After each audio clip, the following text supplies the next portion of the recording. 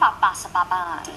頭先講個籃球，不如呢一題講下踢波啦。正所謂點解踢波先嚟落雨咧？不過有咗以下呢一個地方咧，就踢波都冇問題啦。落雨嘅時候，今日先第3條考你聆聽力 ATM+。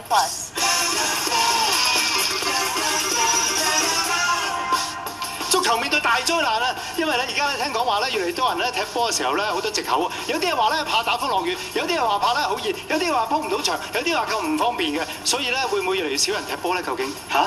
使乜驚啊？呢度踢波有冷氣㗎。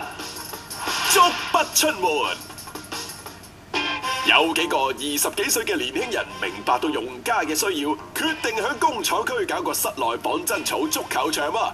嗱，佢哋由零開始，自己一手一腳用咗3個月整呢一個有靚音響、有冷氣嘅室內場地，仲喺綁真草下面鋪咗多層避震膠，令到搭落地嘅時候冇咁容易受傷。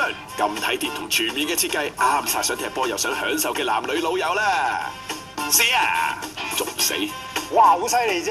室內踢波香港都係第一次㗎啦。咁點解有呢個諗法咧，菲力？係點解會搞呢度咧？就因為我哋睇到新加坡啊、日本咧都好盛行一個室內嘅仿真草足球場。咁但係咧就睇到香港冇喎。咁所以咧我哋就的起心肝啦。咁啊搏一鋪就專程辭咗份工啦，咁過嚟呢度搞。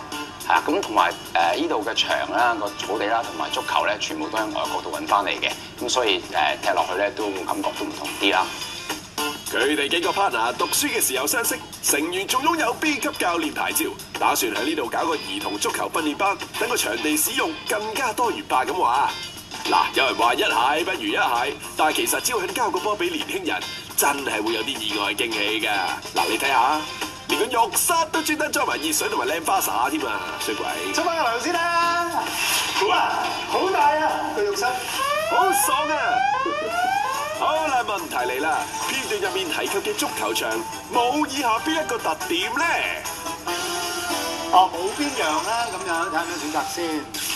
紅色係使用全天然真草，綠色係有冷氣供應，黃色係位於室內，藍色就係有音響設備嘅。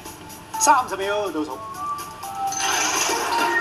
咁你中唔中意咁樣？幾好啊，因為我未試過踢波嘅時候係有冷氣涼浸浸。但係其實咪就係冇咗嗰種意思咯，即係你做運動出汗嗰種。你講啱，即係做運動出汗曬太陽係好正常。不過對於大家要掛住翻工啊、掛住翻學啊、好忙碌啊，咁又喺冷氣踢波咧，又舒服啊，又可以確保一定踢到啊，係最重要嘅。好，剩翻3秒、2秒、1秒 ，time's out。